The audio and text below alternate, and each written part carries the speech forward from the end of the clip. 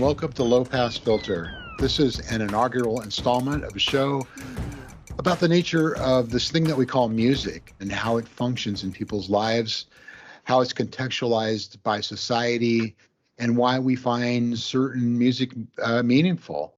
The dictionary definition of music is the art of arranging sounds in time through elements of melody, harmony, rhythm, and timbre. But beyond definitions, music is a key element in things like religion, rites of passage, cultural activities, professional and amateur performances, and the joy that people get from performing music. And in fact, it's a vast multi-billion-dollar industry that spans the globe.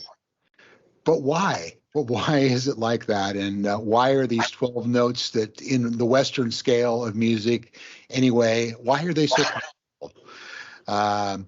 So our purpose is to try and shine a little light on that and talk about why the whys and wherefores.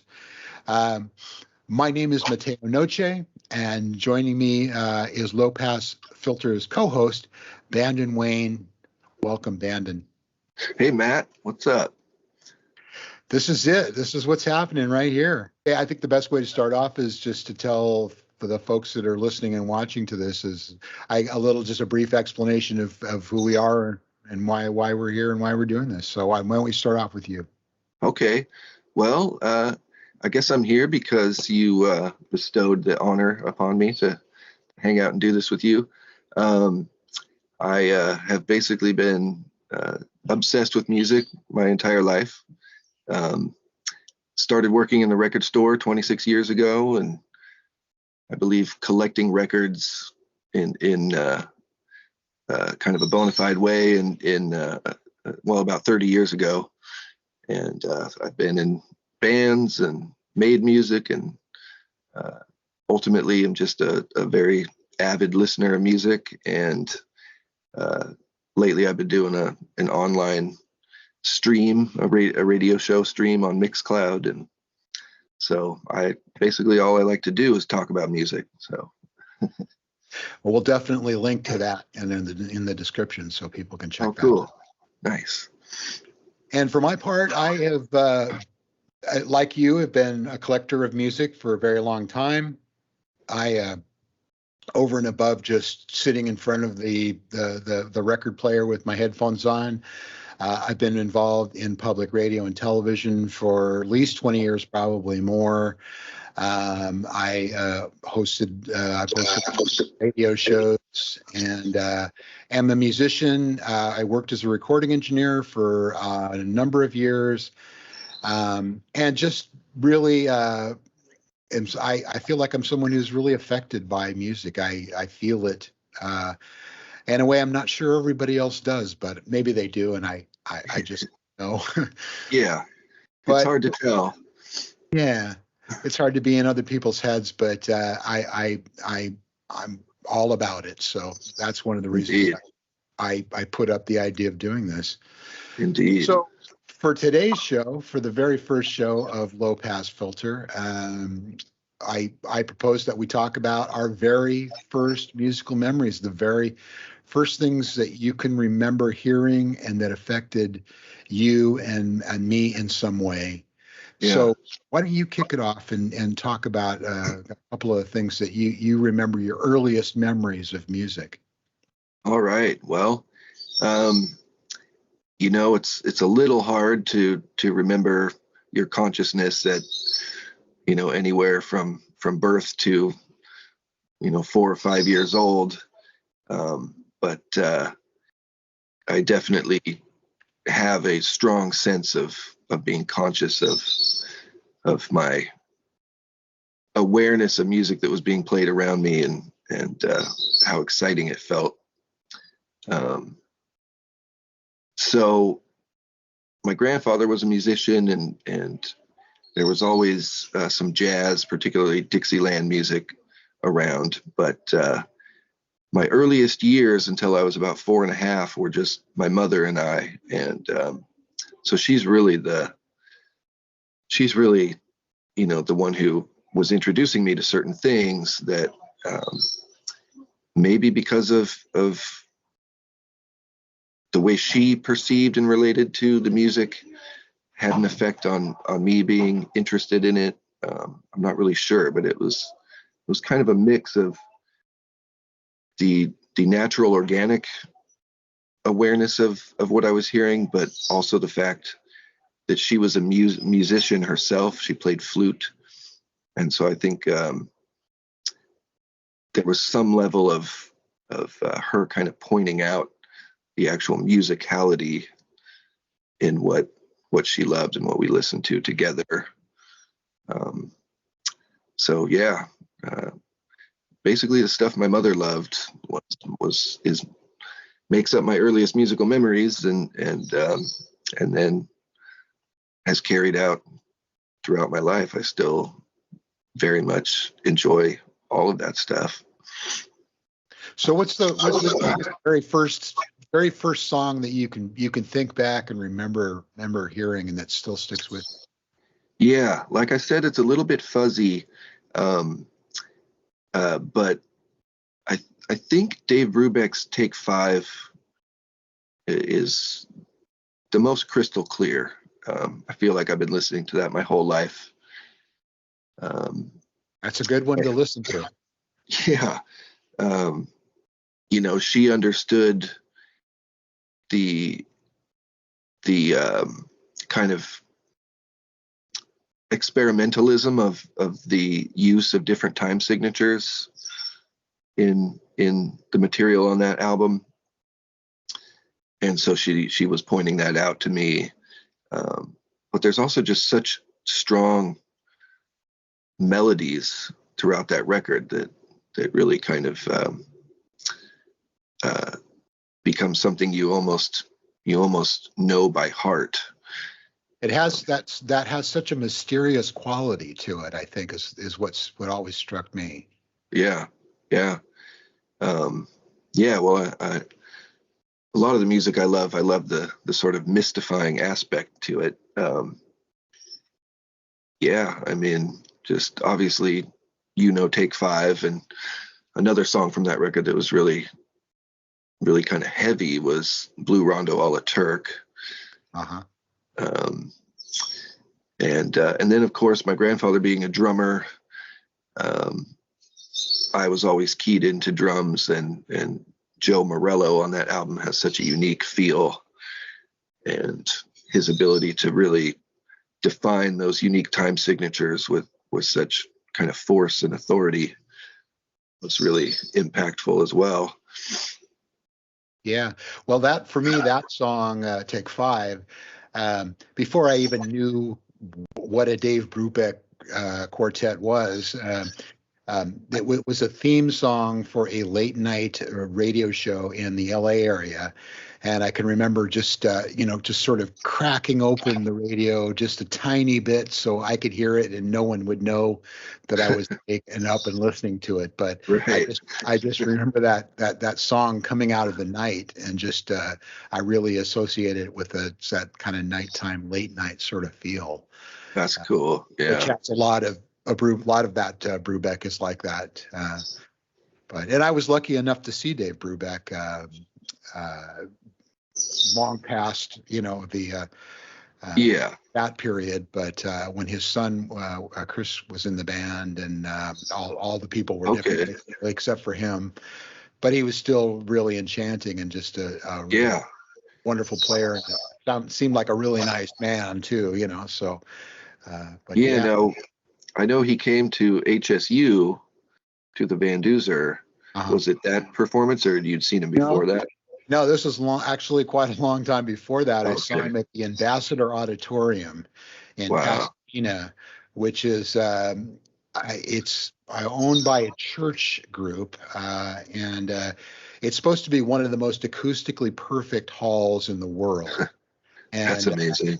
Yeah, it's got all these African hardwoods that they probably mowed down a jungle or something to put up. But yeah, it was a very special place to see him play, and we were very close. I would have loved to see him when he was at Van Duzer, but I didn't. I missed that. But I feel lucky to have seen him.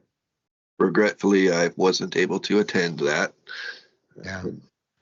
Well, my very first memories, and I have very clear memories of the very first things that I can really remember hearing. I'm sure I heard other things. I'm sure other things made an impression but they just never stuck with me. But the two things that really hit me is called A Theme from a Summer Place, which was a movie with Troy Donahue that came out in like 1960. Okay. It wasn't even the main theme to the movie. It was like just a reoccurring theme that happened, and it was picked up by this instrumentalist called Percy Faith. Yes. Did a Okay. lot of easy listening stuff. Yeah. It was on the charts for like 9 weeks, and was a pretty big song for Percy. But anyway, my memory of it is very clear and very distinct. At the time, we lived in this town called Redondo Beach, which was down in Southern California. Yeah. My mom, who was a big fan of music and who throughout the 1940s followed Frank Sinatra around like, people followed Jerry Garcia and the Grateful Dead around, had the radio on in the laundry room, and I can remember the sun setting because we were like very close to the ocean. I could see this orange golden sun going down and this song coming out of the radio, which is where I got a lot of my first stuff, not necessarily on Yeah. coming out Yeah. of the radio was still a thing back then that was big. So I clearly remember that moment, just being enchanted by the sound of that. Oh yeah. And Well, then, go ahead. Oh, I was just gonna say I'm picking up on how cool it is that you have the visual memory in your mind as well, that kind of feeling of time and place as you were hearing the music. Yeah. And then the other thing, which also has a time and place attached to it, was the other song is "It's a Beautiful Day for a Ball Game." Huh. Okay. Harry Simone Singers, I think they're called.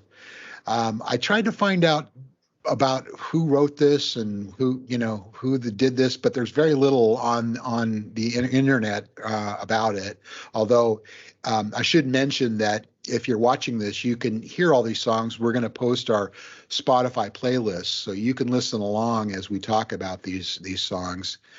But I remember this song coming out of a transistor radio. I still have to own this transistor radio. Wow. Wow. With my dad painting the house and listening to a Dodger game. And this was like the very first thing that they played to announce the Dodger games back then. Was this. And I just remember it's like a big choral bunch of singers singing this song, very jolly. I still have that picture in my mind of him standing against the house with a paintbrush going up and down, and this song coming out of a transistor radio, and of course listening to Vince Staples and all that sort of thing. Yeah. So he was painting and the ball game was about to come on, and so that song preceded the.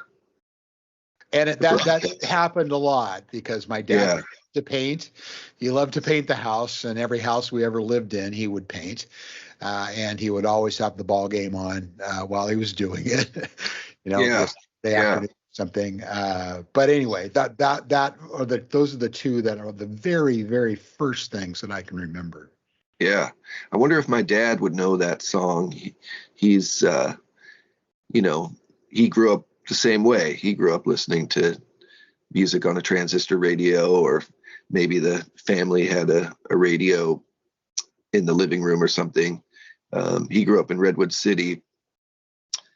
So I think Giants fan, probably. Yeah, he grew up a Giants fan for sure, but he loved baseball. And I was actually just talking.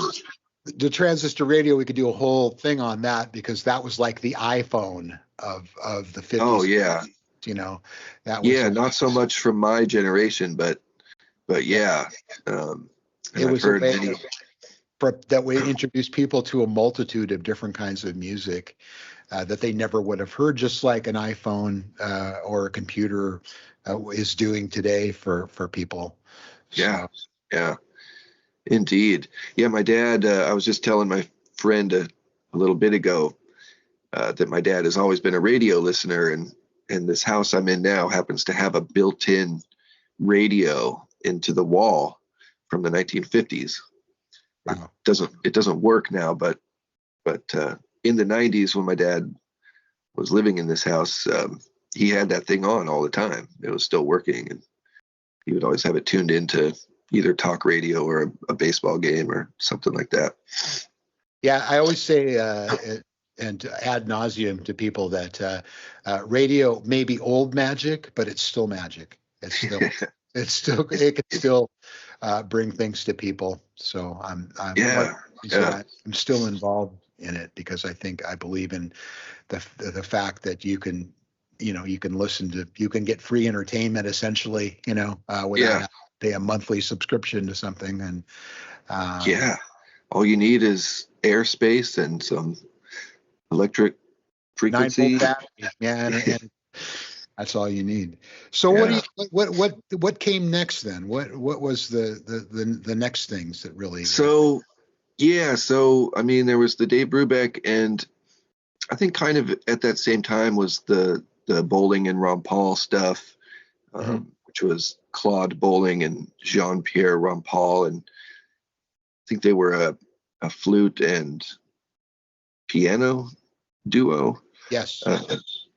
And so they were kind of a neoclassical kind of classical meeting with your kind of that's earlier kind of a jazz edge to it. It very much is. Yeah, they were kind of reflecting that era of say like Irving Berlin, kind of early jazz that was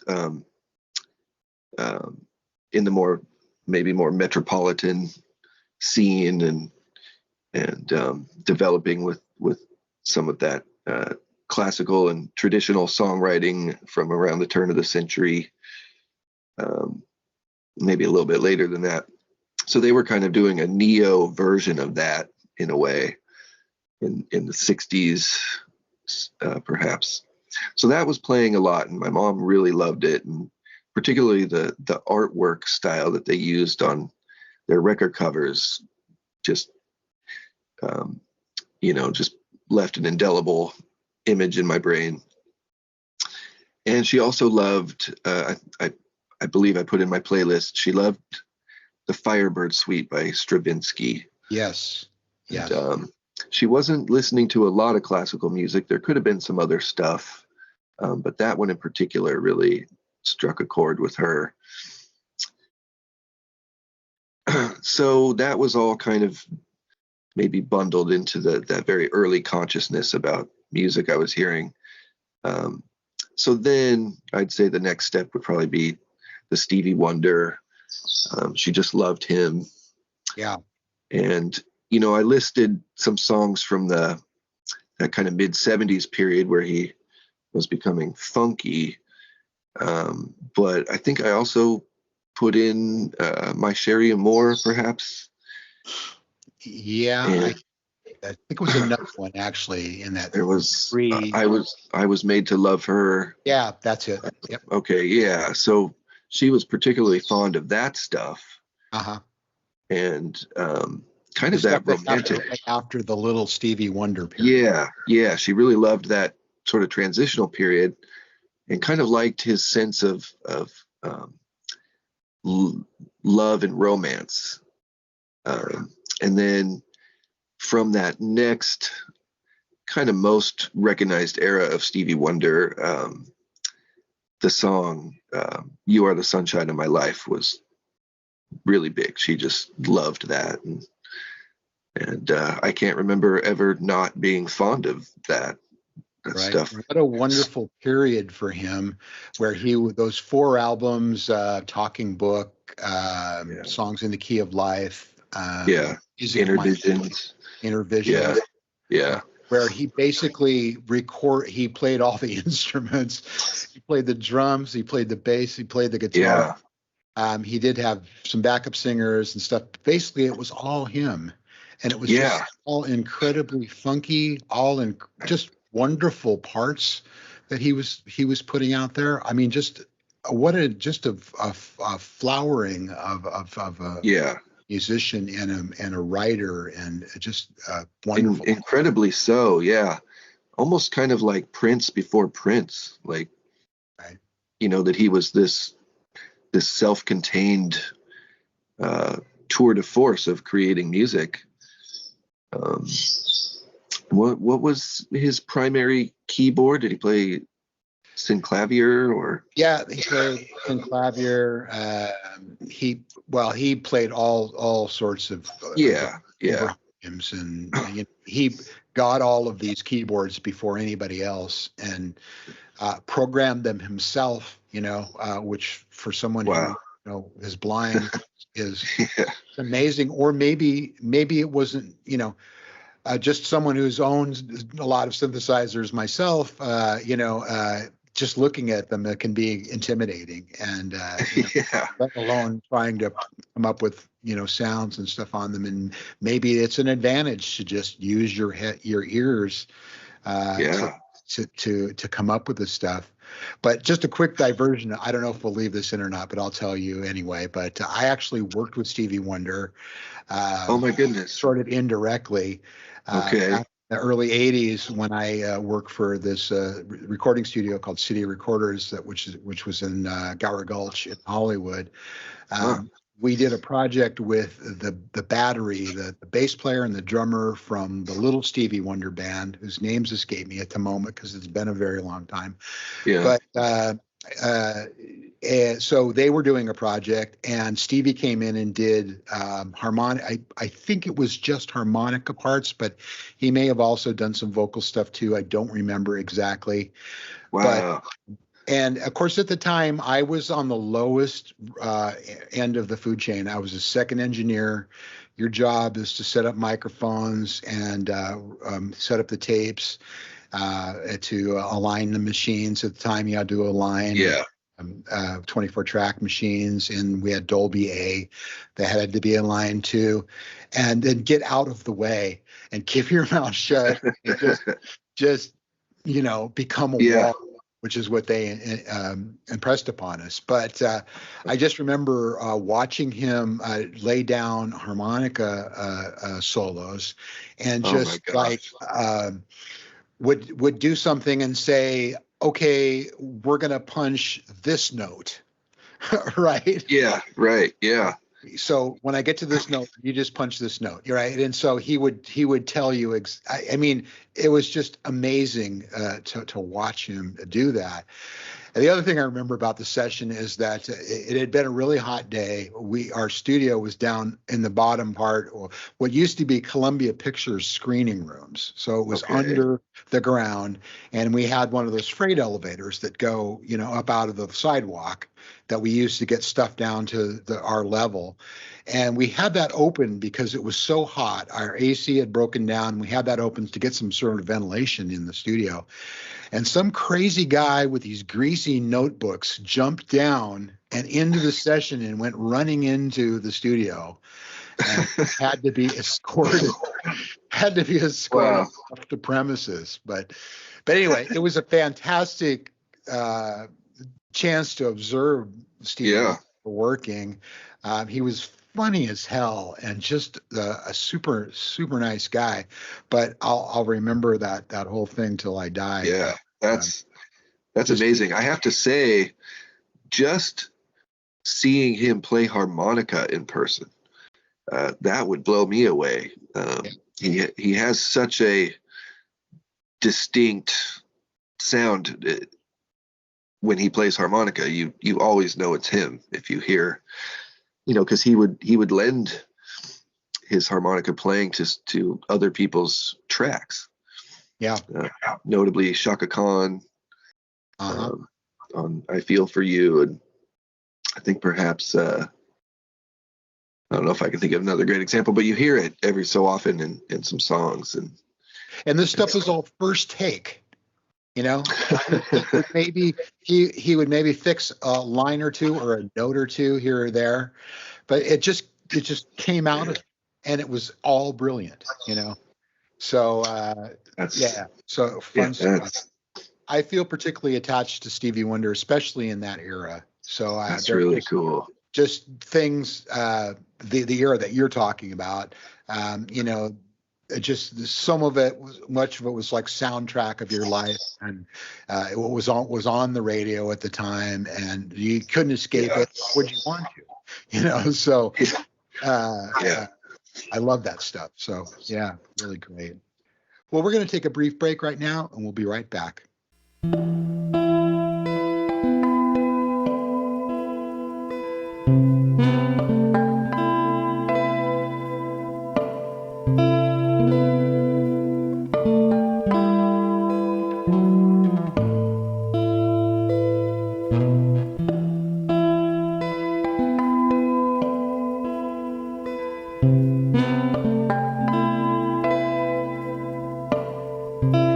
Welcome back to Low Pass Filter. Well, so for the next thing I want to talk about is really, and I noticed you didn't have any of this, and I think this has to do with the difference in our ages, you know. But a lot of the things that I remember, the earliest things, are very traditional songs that we were taught either in school or in summer camp, or just Right. that our parents know. And of Yeah. course, the song "Oh Susanna," you know Oh, okay. Yeah. Yeah. was one of the earliest things I remember. And I was trying to think today about why I was attached to that song. And I think it was just the nonsensical Stephen Foster, by the way, can't go wrong with Okay. Foster, but the nonsensical the lyrics, the weather was bone dry, it was so hot I froze to death, Susanna, don't you cry. And I think Wow. just as a kid, you're just like, what? That's just, it was so hot that I Yeah. froze to death, Well, uh, I definitely was hearing that song at a very young age.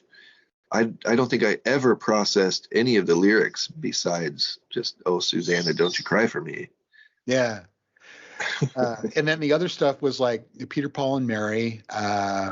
If I had a hammer, and Okay. what kid would not want to have a hammer you know, to break things with. So I like that. I like that song. And Puff the Magic Dragon, Oh, also well, a storytelling song about something magical, and with a sad ending, yes. paper, Yes. and the whole thing like that.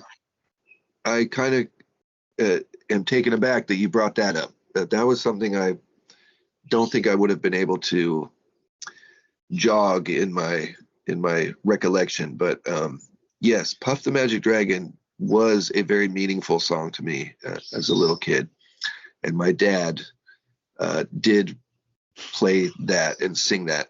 He played guitar and sang that to me quite a bit. And I think it's for me, again, one of those juxtaposition songs where it's so happy, the kid is playing with his dragon and he's having a great time. And then it turns melancholy and sad, and Jackie Yeah, Dragon came no more, right. because he'd grown up. Of course, I didn't realize that at the time, but that's why the dragon didn't come back. But at the time, it was like, oh, he's having so much fun with the dragon, and then the dragon goes Yeah, away, or he goes away, or whatever. But anyway, a very, very affecting yeah. song. And What then did? other traditional songs like "I've Been Working on the Railroad," all Okay, yeah, yeah, day, and that yeah, had a change of feeling in it, where it goes from the "I've been working on the railroad" thing to someone's in the kitchen with Dinah. It just like, where did that come from? And so it was just like this weird juxtaposition, this weird kind of uh, strangeness in yeah, that song. And I think that has always attracted me in musical songs where there's a change in feeling, or a change of key, or there's some sort of weird melodic yeah, pronunciations that just kind of, they call them earwigs or whatever, that just kind of, yeah, they, yeah, they kind of stick with you. yeah. And So I think particularly if your brain is activated to music at an early age, and it's sort of lighting up parts of your brain in a impactful way, those kinds of elements in music are going to resonate. They're going to have a strong effect on. I also threw in the Banana Boat song. Yeah. Known as Dale, Daylight Come. Yeah. Go home. Yeah, that was played for us in my first grade class.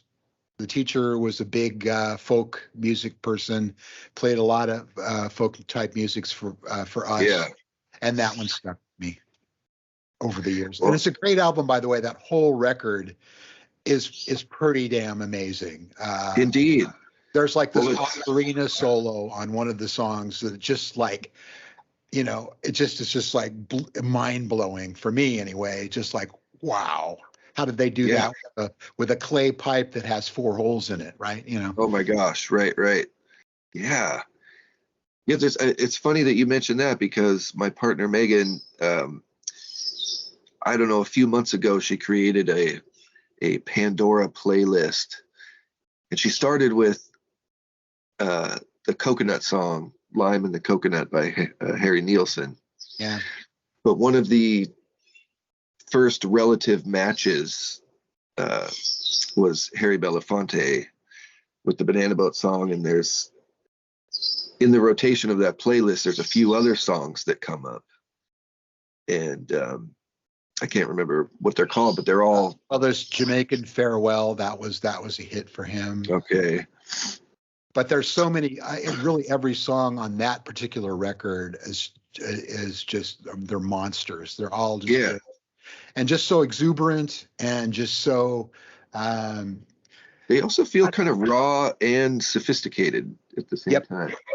Absolutely. And of course, so was sort of a fad that came and went, and I don't know how it figures in the socio scope of today's world, but and even he moved on from that and kind of sort of repudiated it, if maybe not repudiated it, but kind of that hey, I can do things other than calypso, people. Thanks.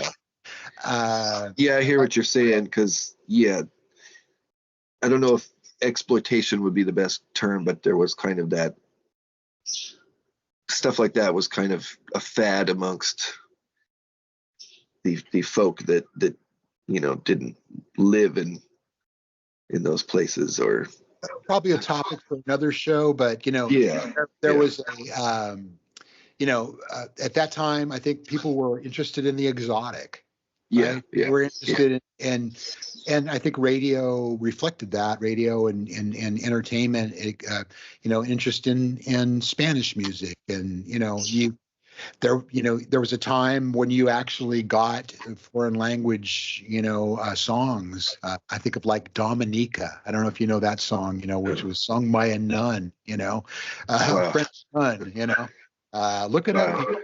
But that kind of stuff, for a while there, people were very much interested in other cultural, and I don't know, is it dilettante or just as a kind of dipping your toe in the water, or look how exotic we are, or I'm not sure why, but that would make a good future topic. I think we should. So what else do you got? So it's funny because before we start having the actual conversation, you're thinking about it, and you kind of feel a little bit more definitive. Obviously you can see in the playlist the songs that I zeroed in on, but just talking to you, you're causing me to think of all kinds of other things. But so I talked about Stevie Wonder. That was there. I think when my dad came along, then there was a lot of Beatles playing in the house. Yes. And now I have 6 siblings, but wow. I was 6.5 before my first sister was born. So there was this little period of time. It went from just me and my mother to her getting together with my stepfather, who has really been my father my whole life, at least since I was about 4. And he was a radio DJ, which you may know. I may have talked to you about that. Know that, yes. And so, I don't know how my mom and I were listening to stuff. I don't know if she had some cassette tapes, but my dad brought the record player and a collection of records. And so that's when I kind of remember, between 4 and 5, maybe to 6, like just hanging out, the three of us in the evening time, maybe after dinner or something, and listening to a lot of Beatles, particularly the Rubber Soul and Revolver stuff. I think my mom was taken with that stuff in particular, and so I think in my playlist I put the song I've Just Seen a Face, which Right. on one of the releases of Rubber Soul, I believe, because I think it appears something from Help. I thought it was. Yeah, I think maybe it appears on Help, but okay. There was the English release of the English release of Rubber Soul and the American release of it. Right. And one of those starts with I've Just Seen a Face. They switched the lead tracks between the two different editions. So that song is definitely one of my earliest memories of loving a song and wanting to hear it on repeat. And there was, of course, many other Beatles songs I loved. And at some point I saw Yellow Submarine on TV, kind of like they would show it annually, maybe. Yeah. Be that, back when TV would tell you when a movie or something special was going to be shown, like holiday specials and stuff like that. The Wizard of Oz played annually. And so that's how you would see stuff, and you would wait for a week or two, knowing that on that date at that time you're going to get to watch Yellow Submarine. It was an event. Yeah, it really was. And so I think at that same time that kind of psychedelic side was also creeping in with the Yellow Submarine songs, and maybe listening to some Sgt. Pepper's and stuff too. But I vividly remember the animation of the Beatles and the Blue Meanies and all that stuff as being part of the whole consciousness of the Beatles music. So obviously many people had that experience in some way or another with the Beatles. They were the biggest band on the planet. Yeah. But that was how it was for me, discovering them. And now you can't really think of a time that you didn't love the Beatles. Right. Yeah. Unless you're one of those weirdos that doesn't like them. Yeah. Well, there was always no offense. The Beatles Stones thing too that went on for a while, where you couldn't like one, or you had to like one or the other. Yeah. But I don't see why. But okay, fine. Yeah. But yeah, no, I definitely the Beatles entered my consciousness, and I remember the song "I Want to Hold Your Hand," and of course, this young boy thinking, "Ooh, what, a girl? Want to hold your hand with a girl?" No. Yeah, and the Yellow Submarine, I actually saw that in a movie theater when it came out, or shortly thereafter. Yeah. So that was an experience. At the time, there of course was the Beatles cartoon too, was on television. Okay. So which had nothing to do with the Beatles except for the songs. Right. The voices, I think they might have been the same voices that voiced the Yellow Submarine, which was not the Beatles. The Beatles. Okay. Popped up in a I had a sense of that. Yeah. But I had a sense of that. So they didn't even voice Yellow Submarine. No, they didn't. They got some other Liverpoolians to. They may not even been British. I don't know, but they do pop up at the end in a little live action segment. But basically, the voices were done by voice actors. Which would never happen in today's world. You've got to have, Jack Black or somebody voicing your cartoon. Otherwise, it's just not worth doing. Yeah. It also had a Band on the Run. Oh yes, yeah. Okay, so that was clearly, uh, you know, beyond the Beatles, but my dad working in radio, he would be on his shift, and sometimes it would be my mother and I maybe running errands around town or something, and she would tune into his show, and that song became a real hit with me. Um, I mean, anybody that knows that song, it kind of has those different stages to the song before you really get to the Right. breakout. And it's silly, but Band on the Run, I loved the music, I loved the song, but somehow my mind made the connection that Band on were the Ah, same letters of my name. there you go. and and so I would, when you're a little kid, you kind of claim things to be yours.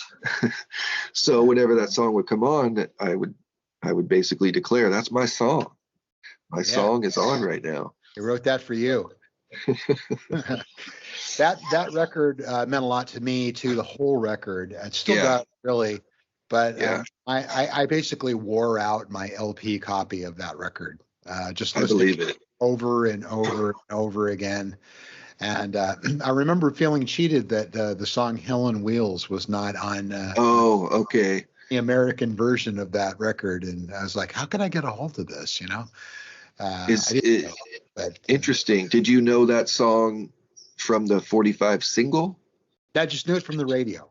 Oh, it played on the radio. Yeah, okay. Because I think that might be the flip side to Country maybe. Dream, I think, is the flip Oh, side. maybe it's the flip side to Jet. I'm not sure. I've just come across that in my collection of 45 with Helen Maybe. Wheels on it. Yeah, I know that Country Dreamer and Hill on Wheels were not on the American version, and I felt cheated. Uh-huh. And it felt cheated all these many years. I did get when they re-released the CD, they did have Hill on Wheels on it. Yeah, yeah. And then Yeah, McCartney and Wings collection has the Country Dreamer song on, which I'm not okay. quite enamored of, but it's still good. Is that the Wingspan collection? Yeah, the Wingspan, Yeah, yeah. which I is don't terrific. know yeah, that's chock full of amazing stuff. I don't know when I listened to the album Band on the Run as a whole. We may have when I was a kid, because I'm sure my dad had it in the collection, but it wasn't until I was older that I really, really got into that record. Yeah. That is, there's other solo McCartney and Wings albums that some people rate pretty high, but for me, Band on the Run, front to back, Yeah. you can, and if you're listening to it on a record, you just keep flipping the sides Yeah. until you've heard it enough, I guess. Yeah.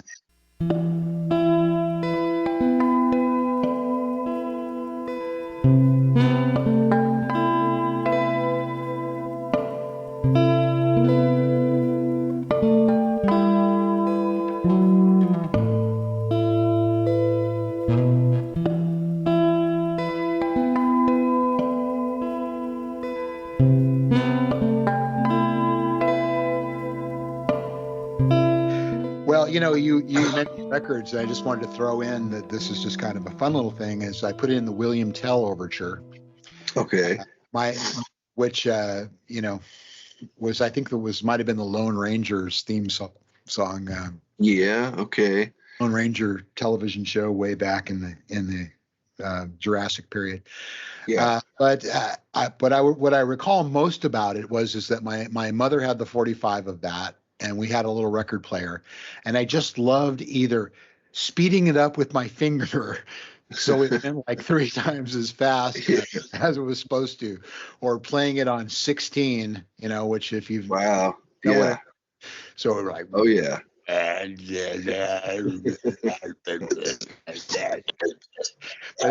but anyway, that stuck with me for that reason. Yeah.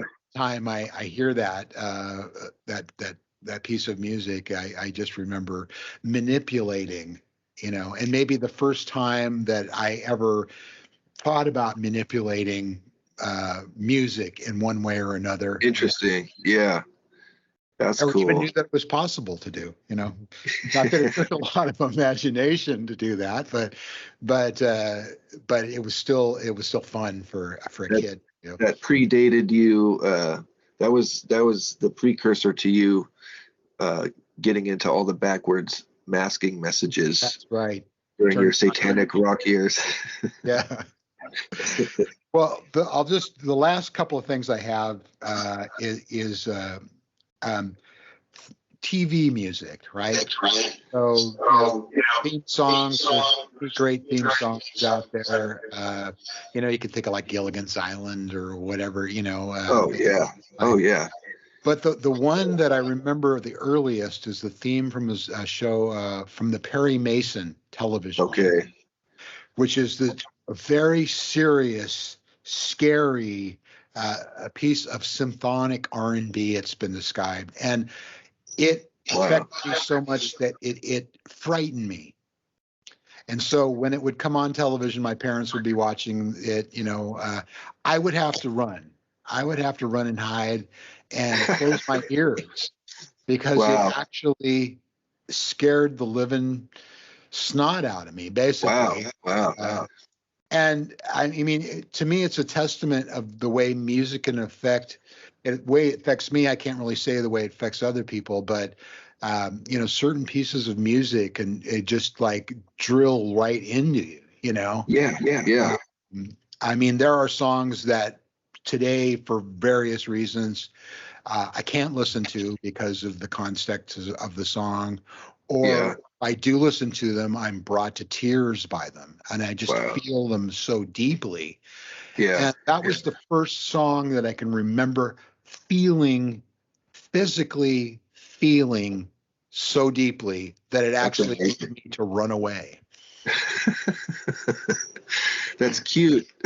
That's Yeah, adorable. looking back on it now, I guess it is. But at the time, I don't know, I felt like, why does it affect me this way? And why am I It's so? actually, yeah. Well, maybe a little bit of early childhood trauma in there too. Yeah, possibly. Well, Then fortunately, the it other- didn't. Fortunately, it didn't dampen your spirit for the no, music. no, it didn't. I can listen to it now. I still Yeah. cringe a little bit, but I don't run away. Then the other song is a song called Puffin' Billy, Oh, never heard of that. which is the theme from a television show called Captain Kangaroo. Oh, gee. Well, yeah. Okay. I I wouldn't have And identified that by title, but I grew yeah, up on Captain Kangaroo. I Yeah. didn't know that was the name of the song until I started Wow. looking into this. But that's a song that it's a very sunny, upbeat song that gives you, and even me listening to it today, gives me a very upbeat feeling. Uh, Yeah. and then the last thing, and then I'll let you close out. The last thing that early songs is a song called "Those Lazy, Hazy, Crazy Days of Summer," which was a big hit for Nat King Cole. who I Okay. absolutely adore. But it's just a song that always reminded me of school being out. Didn't like school that much, had a lot of fairly Yeah. bad experiences in school. And it was always the signal that I'm done with school for a while. It's time for vacation. It's time for fun. Um, so, yeah, it's a song. It was actually a German song. I didn't realize this until I started looking Huh. into it. German song. It was translated into English, and then Nat King Cole had a number 6 hit with it. It was on the charts for a long time, uh, Wow. and just another song that's just really evocative of time and place. Yeah. Yeah. That's wonderful, man. Uh, so I approached this topic kind of based on the concept of music that affected me at an early age that I've carried along with all of my discovery of music and my perception of the kind of music that really excites me. But you're talking about all this stuff that I feel very similar about.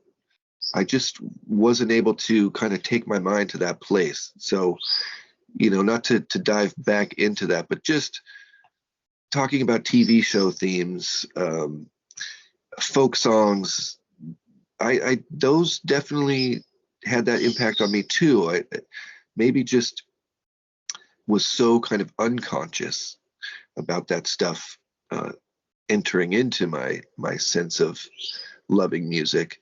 But as you were talking, it made me think of one of those kinds of experiences that I wouldn't have thought of until being triggered to think of it by you, was like being in the back, like sleeping in the back end of my mother's car while she was on a date at the Midway Drive-In watching Jaws. And I was like 3 and trying to sleep, but also hearing this movie going on. And of course, the 2 piano key theme song to Jaws. I mean, Right. That's been in my head for as long as I can remember. So yeah, things like that really did play probably as much of a role. But I was thinking of the kinds of stuff that was really, taking me or starting me on that path to pay attention to music in that way that's carried with me all this time. So yeah. Right. And you've talked a lot about the influences that your parents brought to your Yeah. music sensibility, and and I the one thing I didn't mention that's on my list, and I guess I'm actually going to get to it, is Frank Sinatra. My parents were huge Frank Sinatra fans. And then the song "Stranger in the Night." Oh, yes. Yeah. And that's another one of those melodic things that I was attracted to, because, of course, I didn't realize at the time that it's all about sex, right? And that sort of thing. You're just unaware of that when you're, a very young child, Yeah. But I'm still attracted to the just kind of mysteriousness of it, the harmonic values. Another song I think that was originally in a different language that got translated, it might have been French, that was translated into English, and that Sinatra picked up and did. Kind of became a signature song for him. But yeah, I mean, I would not have known anything about Sinatra if it weren't for my parents.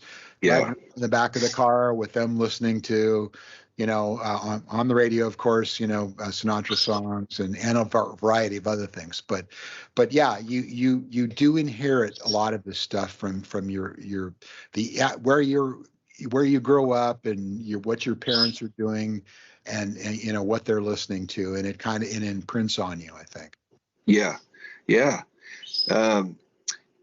I was going to add to that just one little other thing. I really value that in the time of my young childhood. You and I are, I guess, maybe about a generation apart, 15 to 20 years apart, maybe. And I don't know if it's changed completely in the last couple generations, millennials and Gen Z, but I'm really grateful that in my time on television and radio, there was still so much content that were from the couple generations before me. So, those television shows that came out in the 50s and 60s, and popular music of the pre and just post-war era in the mid-century. So hearing swing music, hearing big band music, hearing orchestral television theme songs, stuff like that, it wasn't out of place to me. It wasn't like some kind of ancient thing. It was still very much relevant because, daytime and weekend television programming, if you had the right channels, was playing all that older content. So anyway, that I just feel fortunate that none of that stuff sounded like like it didn't make sense to me because it wasn't of my time. It was still relevant to Sure. me. And you mentioned the Beatles, of course, Paul McCartney, to a lesser extent, John Lennon, very much influenced by like British dance hall music Yeah, yeah, and Noel Coward, Noel right. Coward, various, those kinds of things. And so it doesn't really seem that out of place in a lot of the things that they did, Yeah, harmonically and conceptually, so right. Yeah, yeah. And topic for another show, really yeah, yeah, is what that means today's generation, if anything, yeah, yeah. That would be another interesting topic. Well, Yeah. clearly, you and I, if we had all the time in a day, we could just keep riffing on Absolutely. all of this stuff. So, Unfortunately, we're just about out of time, so I'm gonna have to bring it to a close. But I'd just like to sure. thank the people who are listening and watching for sticking around to the end, and I'd like to thank you for being here today. You'll find our Spotify playlist in the description. And what are your musical memories? Please tell us about what they are in the comments section.